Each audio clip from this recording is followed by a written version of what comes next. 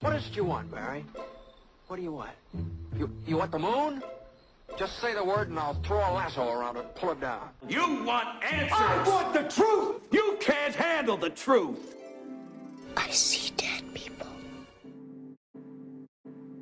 All I know is that first, you've got to get mad. You've got to say, I'm a human being. God damn it! My life has value! Filmmaking Conversations with Damian Swady is part of the critical conversations currently taking place across the film community. The podcast reaches out to the next generation of filmmakers who continue to look for inspiration and guidance. Remember to hit the subscribe button and leave a comment in the comments section. Share the podcast with friends and family, and have a great day. And now, over to the host of the show, Damian Swady. Okay, Brandon, how are you today? I'm doing well. How are you? I'm doing absolutely fantastic. Was lucky enough to go on your website and see more of your great work, and here we are now talking. So it's a good day so far. And yourself, what have you been up to? Well, it's it's 11:30 LA time, and the days are quarantine days are a little different than normal days outside of this. So I wake up usually and do a workout in the morning, and I finish that, and now I'm just starting the day with talking to you. And workouts, what type of workouts are you doing? I do it's part of there's a company called F45 that I've been doing their at-home workouts. So it's all gravity-based kind of stuff that doesn't require heavy weights. I do have sandbags and a few dumbbells that I use with it, but it's a gravity-based kind of circuit style of a workout. So I do that for 45 minutes every morning and then get on with the day. But Brendan, I must say, I watched Child's Play, new version of it. And I saw your website. I went on your website and I looked at your reel, which is like amazing. So I thought I really wanted to speak to you about cinematography and how you got involved in the business. So please do tell us, how did you get involved with becoming a cinematographer? Well, it was a journey in its own. And for me, I had started I was always into image capture. I was always into photography. Like back when I was in high school, I was taking photographs all the time in dark rooms and taking photography classes and art classes. Those were always kind of my things that I was the most interested in. And I just knew I wanted to make movies and be in movies. And photography was just like the image, the storytelling through imagery was kind of the thing that just stuck the most and kind of I gravitated to. So I ended up going to school. I took a cinematography 1-year course for cinematography. Did that for a year and then just worked independently. I had a mentor early on who was my teacher at the time, who was like, his word of advice, because this is the way that he went, his path was not joining the union and working my way up the ranks as a second and, a loader, second, first operator to DP. Cause he's like, if you want to shoot, just shoot. And I went that path. That's the path that I took. And it took a long time. I was shooting like these little independent projects that would kind of build off of, and each project in each year would be a growing, I'd grow and step up and move forward. And I'm glad I did the way I did because I'm in a spot where I'm happy, but at the same time, there is a lot to be said about joining the unions. And I believe like the rank system is a great thing to go through. But that was kind of the start of it. And I ended up doing, a few projects, like a couple, I did some movies, like small movies that got enough recognition, or some people saw it at least that liked it and hired me to do a really cool series called The Romeo Section. And that kind of led into everything else. Went to Van Helsing and Riverdale, and then from there on to the last few shows with some of the same people. But it's been, it's been a long journey, but it's been a good one. And in the 1-year course that you took, what type of things did you learn? Well, what the curriculum was compared to what I learned, I think like they went over the basics, the 101 of cinematography, I guess that you could call it, like just, what how cameras work and lighting and ratios and whatever, and storytelling and trying to break down scripts and that kind of stuff. But I think the thing that I learned the most out of it was what I took from it the most, maybe more than anything, is that I was in a course surrounded by a group of students who were all at the same stages as me. And we kind of came together to make little projects, and we were, just encouraging each other. And it was really about this like small group of people that we went with and ran with. And after school was finished and we just kept kind of going, for some of us still kept with it, not as many as others, but it was more the community around it that I took, and then we were able to experiment on our own and really learn a lot on our own. I think the course itself, I mean, it's not that you don't learn in it. You definitely learn book smart kind of things, but that's not practical all the time. It helps inform decisions on set, but you really only learn by making the decisions and the mistakes and seeing the final shots after, and the show cut together afterwards, that you really learn about what choices you make and what they do and how they turn out. And after you finished that course and your mentor said to go out and shoot, what type of things did you go out and shoot? Anything I could at the time. I was shooting like short films. I was shooting corporate videos, anything that could pay me a little bit. I'd do corporate videos to get, a little bit of money in that would help pay the bills and pay the rent, that kind of thing. And then, music videos, anything where I could, and then, so I do the ones like the corporates and stuff just to kind of get by. And then I would do these little music videos and short films where I could be creative and try and push my craft. And then it just kind of kept, I just always try to grow and work towards getting that feature and doing those different bigger projects. And I kind of just went from there. So I did a little bit of, I've done every kind of genre, I think, and every kind of, I've done shorts and music videos and commercials and features and, you name it, I've been doing them. I've tried them at some point. So it was really just like trying to stay busy. That's really what it was about. It was like to not get, to sit around and kind of wait for something magical to happen, because that doesn't always happen. You have to kind of really push, and try your hardest to keep it going. So. And was one of those short films you shot called Black Chicks? Yeah. I mean, Black Chicks we did, but that was actually fairly, well, not recent. That was a couple years ago now. I was doing Van Helsing at the time, the series Van Helsing, and our showrunner is Neil LaBute, who's like a pretty acclaimed playwright and producer, director. And he wrote a play called Black Girls, and it's a fantastic play. And my partner, my wife, who's an actor, producer, director, who read the play and loved it, and she actually was talking to Neil about it as well, saying, we should make this into a film. So that was kind of what started it. It was their conversation, and we went out and made the short. And it's really an adaptation of his play. It's two people sitting in a room talking, but it's every word is important in that play. It's it's a powerful piece, I think. And did you enjoy making Black Chicks? So from what I've seen on your website, the cinematography in it is really good, and it feels like a dialogue-driven piece that is very, very interesting. Yeah, it is a dialogue-driven piece, and it was we shot it in like 5-6 hours kind of thing. It was, It's really one long scene. It's like these two people come into a cafe and they sit down and have a cup of coffee and they start discussing, it gets into race, and it's really their discussion about how that kind of, where it escalates to. And it's the way, and it's around, I think it was around 15 pages or so. And the actors, Nicole Leier and David Cubitt, they rehearsed it for like maybe a month before, weeks for sure. And they would just kind of, and we ran it as a play. Like every angle that we did top to bottom, and they would just run it the whole thing through.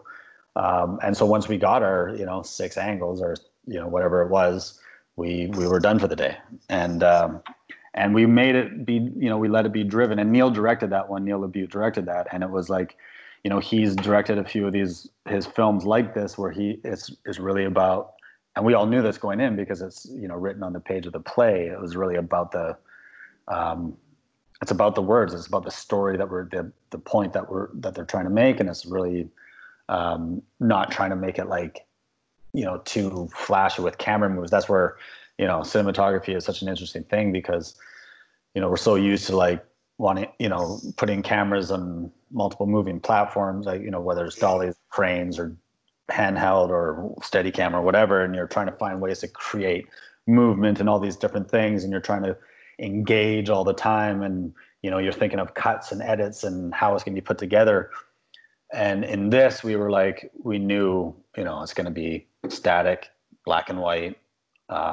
It's about the words. You get your we do it in a way to capture the emotion by seeing the faces in the way that we want to see them, and but we're not going to get in the way of it with the filmmaking. We're not going to jump in and move around and do dolly moves and push-ins and all that kind of stuff. We're just going to let the words kind of tell it, and it was a great way to do it. And I love it, because you do a television show or a movie or whatever, and it just, the pace is so different, and it moved around. The average TV show, at least, there's cutting all the time, and you're always moving the camera. So this was nice to kind of step back and just make it really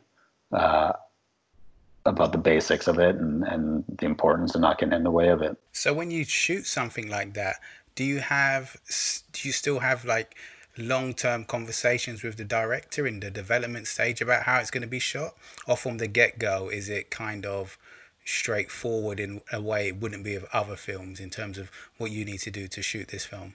Well, we discussed, what it was going to be and look like. We talked, like, Neil knew right away he wanted to do it in black and white. And I was obviously on board with that. I love black and white photography. I still, when I take stills and shoot film on stills, it's always black and white film. So I'm, I love working in that tonal contrast. And so that wasn't really, that was great. That was established right away. And then we kind of knew that, I guess the conversations were brief. Like, it was really just like, we're going to make this, and these are the, we don't want to get in the way, and it's just static. We should just keep things static all the time. Like, we had sliders to keep the over, and when we were over, over the shoulder, if they moved to the right, we could just adjust to see the other actor, but otherwise there was no movement. And I think we just kind of, we may have talked about it for one conversation, and then knew that that's what it was going to be. And then when we went, when we got to set and we did it, we just kind of looked at every shot the way you normally would. We set it up and made sure that the angle was the right angle, and we pushed forward. But it was a brief one. I mean, Neil and I have been working together for a few months at that point on Van Helsing. He was the showrunner. So we had a shorthand and an understanding of each other and work. And so I think it was a very comfortable situation to be in. It was very easy in that sense. And in terms of your crew, I mean, that's from what you're saying, sounds like a quite straightforward shoot. But did you have any other cameramen available for you that day? I did. We did roll 2 cameras on that. And I brought out most of the crew that I was working with on Van Helsing, like just my focus pullers and operators and gaffer, and they were the same guys that came out. We did it on a Saturday morning or a Sunday morning. So I had a crew that was there, a small crew. We were like 20 people or something like that in total. They came forward. I've been working with this group at that point for like 3 or 4 shows. Oh, great. We were all close friends and knew each other and knew what we were up for. And afterwards I brought them around to like multiple other shows as well. So, I had a good crew for a while. And from doing short films such as Black Chicks, how did you make your way onto being the cinematographer of the film Child's Play? Well, it really came down to friend David Katzenberg was the producer, one of the producers on Child's Play. And I had worked with Katzenberg on an episode of Riverdale he directed and I was shooting. And, you know, we kept in touch afterwards, and we were just talking. He was telling me he's doing the show and, you know, this new Child's Play remake. And I was like, you know, man, I loved Child's Play as a kid. I watched it like 5 or 6 times when I was growing up. Does the director have a DP? And he said, no, not yet. So I was like, do you mind just throwing my name in the mix?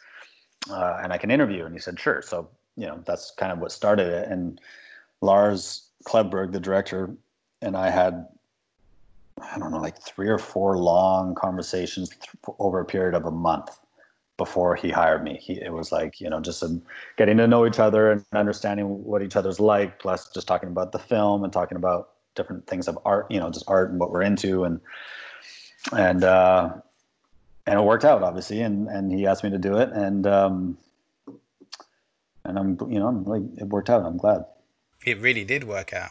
I've not seen, in my opinion, a film kind of looking like that with that type of subject matter. Because, like yourself, I remember watching Child's Play as a kid and thinking, oh my gosh, this is great. You know, really kind of cool film.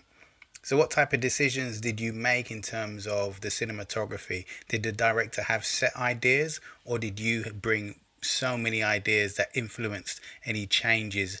Well, I think it was both for sure. I mean, like, the director definitely has had ideas. He's you know, he was a very visual guy. He's knows what he's into. He had, you know, one of the things when I was talking with Lars was, and part of what makes it so different, I think, from, you know, the other horror films and the old Child's Plays and different things like that, is that when we were talking about the arc of the film and the arc of the relationship between Andy, the kid, and the buddy doll, Chucky, was, you know, that it should start as this really, you know, hopeful and interesting relationship where they're like best friends, and they, you know, there's a lot of like, you know, care for each other there. And part of it was, one of our biggest influences was E.T., or one thing that Lars kept talking about was E.T. And he was like, you know how when in E.T., when he meets the alien, he becomes like, this is his best friend and only them have this connection. And it's magical. And it's like this magical photography that they used in the film. And we should, you know, he was like, I really want to make sure that we're capturing that kind of magic and making it feel like a beautiful story between them. And then once Chucky starts evolving and turns into this, you know, what he is, and murderous doll, that then it can start to, you know, have a little shift, and it can get a little darker and creepier and, you know, contrastier and less, you know, less whatever between the, you know, fun between the two of them, and magical between the two of them. So that's kind of that was the arc that we decided to take from the beginning. And we kind of worked it out scene by scene, or, you know, act by act and scene by scene, of how and where it would start to shift around. That's brilliant. I really saw that in the film, but subconsciously, I guess I didn't think about it. That's a really good point you said about the arc and the decisions you both came to.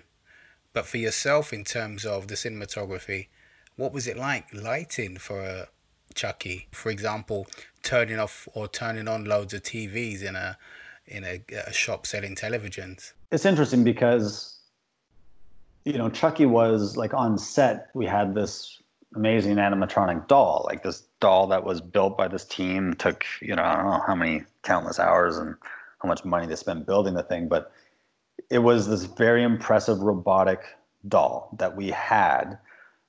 So lighting him wise, you know, it was like another character in there. There was something there to physical. It wasn't a CG element. So we could light him and see him and put the camera up, and it was, you know, we shot digitally, so you could see everything that was, you know, that we were getting. So, you know, but there were things to take into account, of course, like mostly what it came down to was composition and framing, because the doll itself was, you know, 2 feet or whatever, something in that range. And Andy, the actor, was probably 5 feet or somewhere around there. So, I mean, you have these two people these two characters in the same scene all the time, and one of them is 3 feet taller. So you have to, the composition wise of framing them both and or doing the singles and what the other person would look like in there was a big a big thing to take into account. It was a conversation we always had, and just had to make sure that it was working.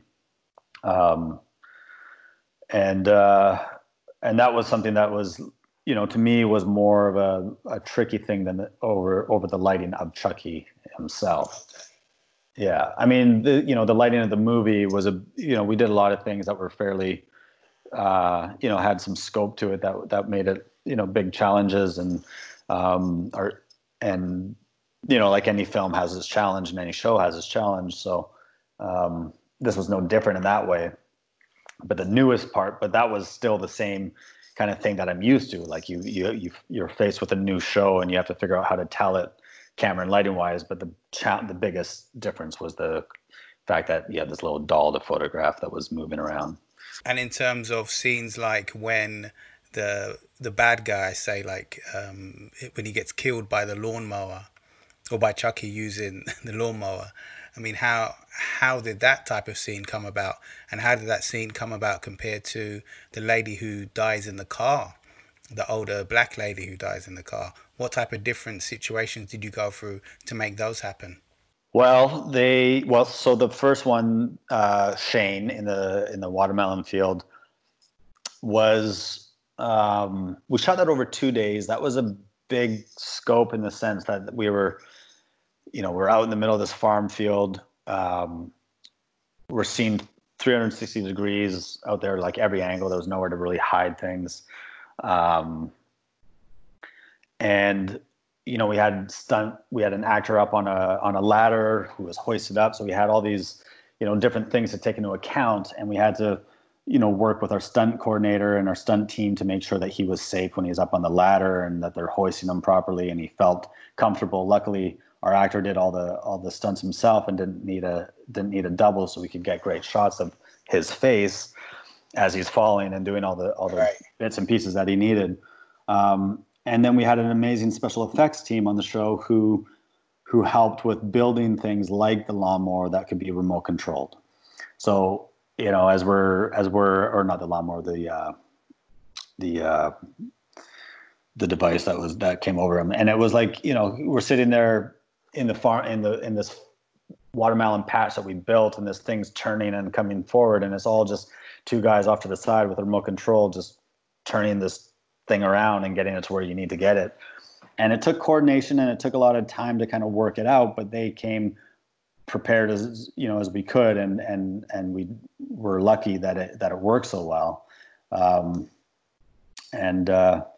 think the sequence in the film is just a few minutes. And we shot it over 2 days. We probably spent like 20 hours making the sequence, or more than that, 25 hours making it. So, that had its own challenges because you're dealing with all those elements that are new, like the rototiller that does that and other things. And then when you talk about Doreen's death in the car, that's like, that was our last day of shooting, our last 2 days of shooting. And that's, a different beast completely. We're in this empty parking lot. We have this vehicle that's supposed to be self-driving. So, our between our transportation department and our stunts and stunt drivers and, special effects, they took this Kia vehicle and they gutted the inside and they took out, however the driving mechanisms and kind of reworked it to the back so they could have a stunt driver in this low seat in the very back of the SUV, so that you could shoot the front driver's seat and not see anyone in there, but he's like hidden way in the back moving this thing around. And it was a very amazing feat that they had to do to do this, and it looked fantastic. And they gave us the ability to shoot shots of the car moving, ripping around, doing burnies and wheelies and donuts in the parking lot where you don't see the driver and you just see Doreen getting kind of slammed around in the car screaming. And that was, that was pretty neat to see them come up with this great solution that worked for us. And, it was many discussions in prep. It was many discussions up to the day, bringing the car in, looking at it, and all of us kind of weighing in on what was working and what wasn't and what we needed to adjust or how to move forward on it. But The challenges of shooting it were it was pretty straightforward because we storyboarded the whole scene, the sequence. Okay. So we knew what we actually really storyboarded, I'd say 70% of the movie. We storyboarded the Shane scene and any major sequence. And, so we knew exactly what shots we needed. We knew ahead of time what camera, when we got to the shot, how it was going to be accomplished. So we had our camera mounts ready to go on the car. We had our crane ready to get all the crane shots. We had the other, just cameras on dollies when we needed them. And that kind of idea was just like set forward from the beginning during prep. So that by the time we got to the day, it was just like, this is what we need to do. We're onto this shot. Let's do it. Everything was ready to go. And really, like anything comes prep, it's all done. You need the proper amount of prep time to get it done right. And prep is king. Yeah, it is. It absolutely is. Yeah. And when, for example, Doreen turned around to look at Chucky before she died, what type of lenses did you use? Did you have a really wide lens to sit back and capture that moment? Or was it on a kind of maybe, I don't know, I'm just guessing, a 50mm lens, so you just really have a head in that way? I think we were on, it was probably a little wider than a 50. Might have been like the 40. We were shooting on Leica Summilux lenses. It's funny though, actually, that beat we did as pickups. We did that months later in a stage. So we shot just after the crash. What we had shot initially was the crash, and there was a whole beat of how she was going to die in there. But then what we ended up doing months later is we went into the soundstage, we brought the van in, we put it against the green screens, and we did a few shots of everything of her waking up, seen in the back seat, looking into the back seat, and then Chucky jumping up with the knife. And so that was I think that might have even been, that was quite a while later. And I think we were on something like a 40. I generally have I love, I prefer to get a camera closer to an actor, a little, I'd rather use a slightly wider lens and a little closer, like a 40 or something like that. That can be 35 or 40 that can get up there. So you're really feeling them. And plus in a situation like that, you're supposed to be inside of the car. So I don't like to be too long lens, because then sometimes I feel like you're missing something there. You're cheating it. That's a great point. Yeah. So I like to, then it's like, so it's, maybe it was even the 29 or 35. I'd have to look at the shot again, to be honest. It's been a while since. That's fair. Because one thing I've noticed, a theme in much of your work, is the way the colors pop. They really kind of come out and you just love them.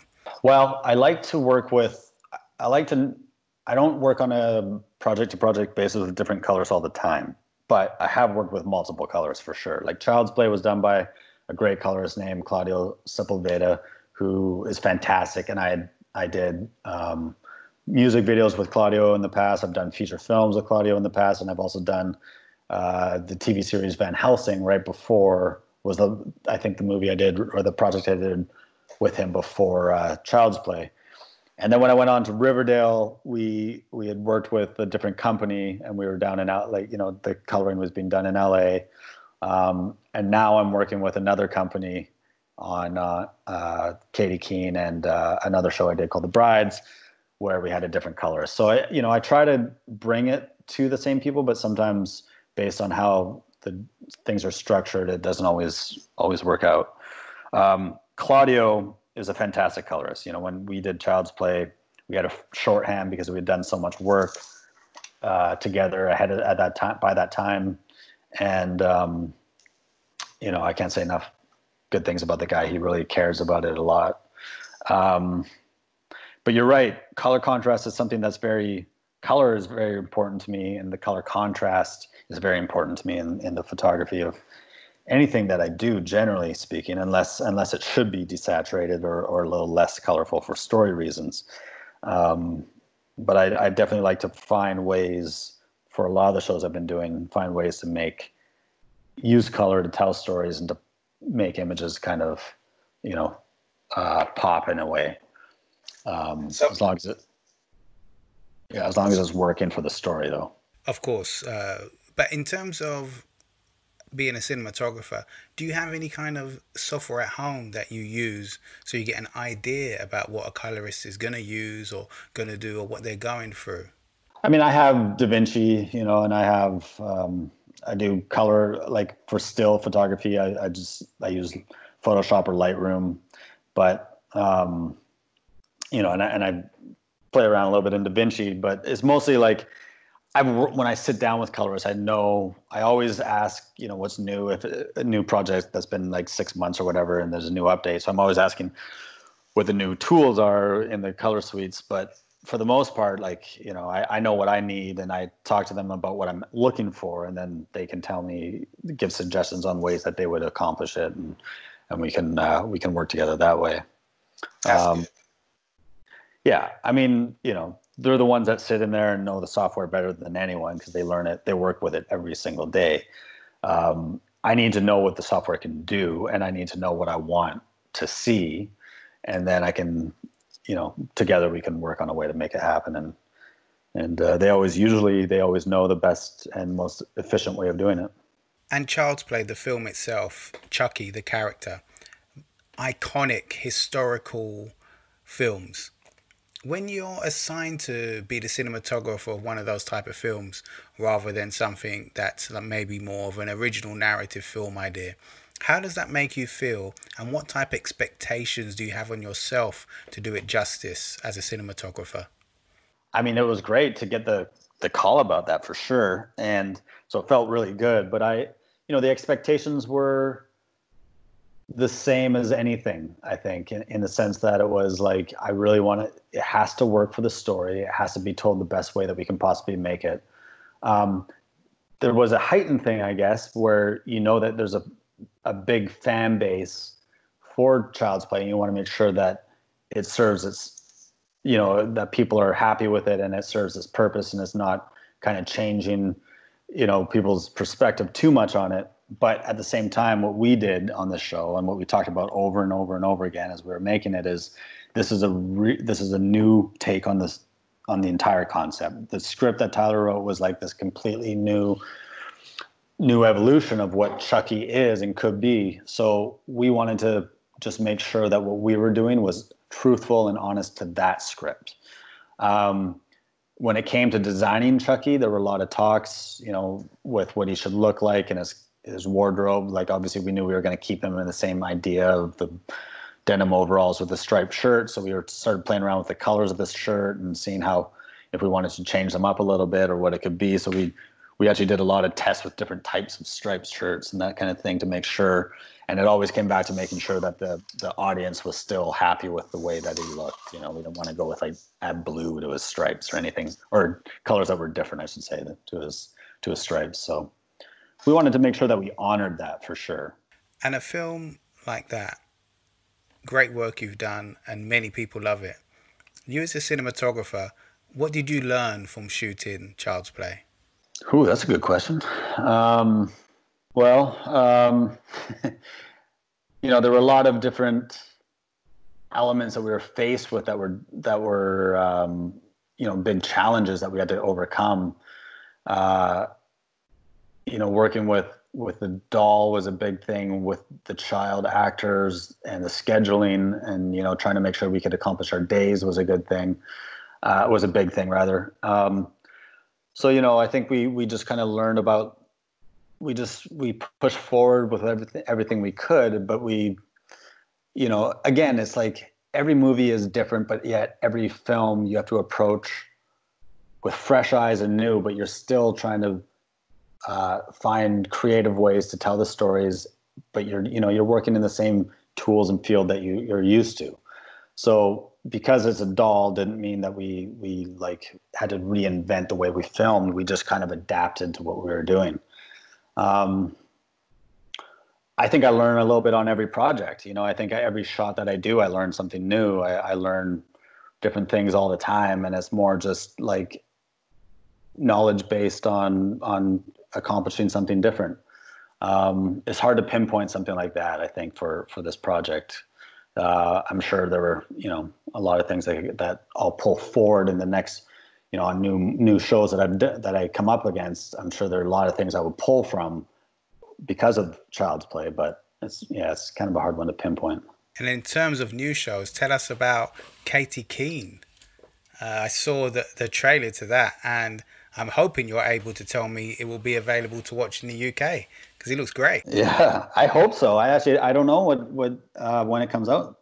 It'll come to the UK. I'm not sure when. I know that what it's doing here in the US is it's airing on the CW. The finale is actually is next Thursday, and then it goes to HBO Max afterwards. So maybe it's when it goes to HBO Max, you'll be able to get it there. I'm not 100% sure on how they deal with that in the UK.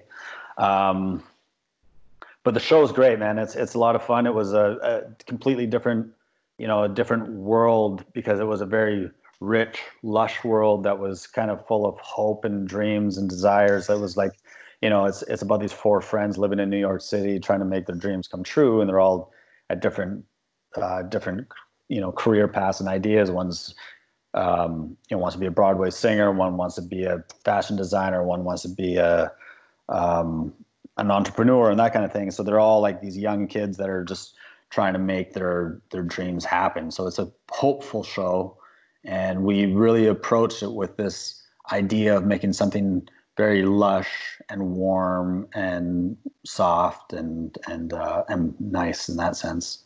And this show, you yourself coming from Canada, moving to Los Angeles, could you relate to it in any way in terms of people wanting to fulfill their dreams? I think, and it's funny because as we were making it, every one of us, and all the cast, we talked about it over and over again. This is what we were all going through in different ways. Like, everyone knows what it's like to be fighting the ups and downs as you're trying to make your chosen career path happen. So there was a lot of, definitely could relate to it in that way. And how did you become involved in such a project? I mean, it's a great project from what I've seen, but it's very different from, say, Van Helsing and Child's Play. Yeah, but I did Riverdale and Chilling Adventures of Sabrina, and our showrunner from those shows was also doing Katie Keene.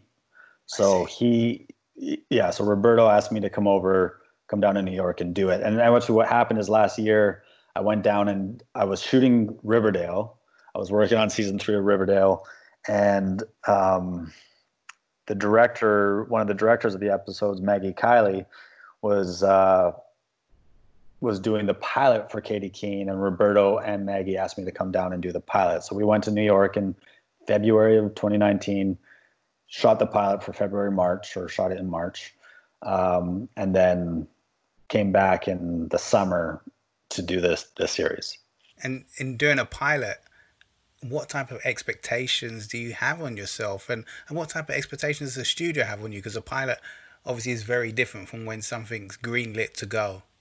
There were a lot of expectations for it, for sure, because there was it was a new show by by the same group of these other ones that are very popular. So we had to make sure that we delivered everything could be delivered as to what everyone wanted it to be, what the studio was hoping for it to be, which was a great hit. And we wanted it to feel different, all of us from the start. We wanted to make sure that it didn't fit into it didn't feel like this horror like Sabrina, or a murder mystery like Riverdale. And we wanted to make sure that it felt completely different. So it was interesting because we tried to take it in this new direction. And that was, something that we didn't really see in the past with any of our work on the other shows. So there was a lot of expectations from the studios and from the producers and myself to make sure that what we were doing was new and inventive for us, yet was going to succeed in that way. And I think what it came down to is us just knowing and trusting our decisions. We came up with a plan of what we think it should be and feel like, and we had to trust that our decisions that we were making on the day were part of that plan. It looks like you trusted yourself, and it's come out well. And many cinematographers and creative people, they come to that decision in life after they've had and done a lot of work. Like, where are they? Are they suffering from fatigue? Or are they happy in the direction they're going? You yourself, are you happy in the direction you're going as a cinematographer?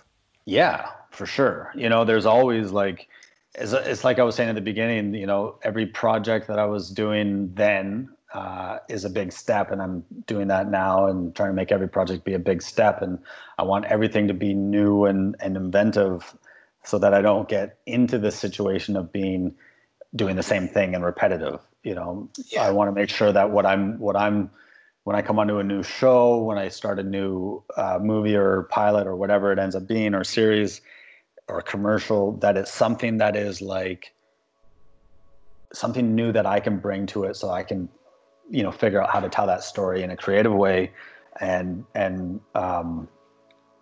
just stay, you know, interested and excited about it. Because that's really, you know, if I find like if I did the same show for 10 years, I mean, it'd be like, it'd be hard. Right? For me, that there's a lot of, you know, a lot of projects like that, and that's great. But for me, I just need the constant evolution of creativity and always trying to find new ways to do it. No, I completely understand that. 10 years sounds like a very, very long time to be on one project, no matter what that project is. Well, Brandon, thank you so much for your time. I really, really appreciate it, you coming on the podcast and speaking to me to discuss some of the brilliant work you've done. Good luck, and I'm looking forward to seeing more from you. Yeah, thank you. Thanks for having me. It was fun.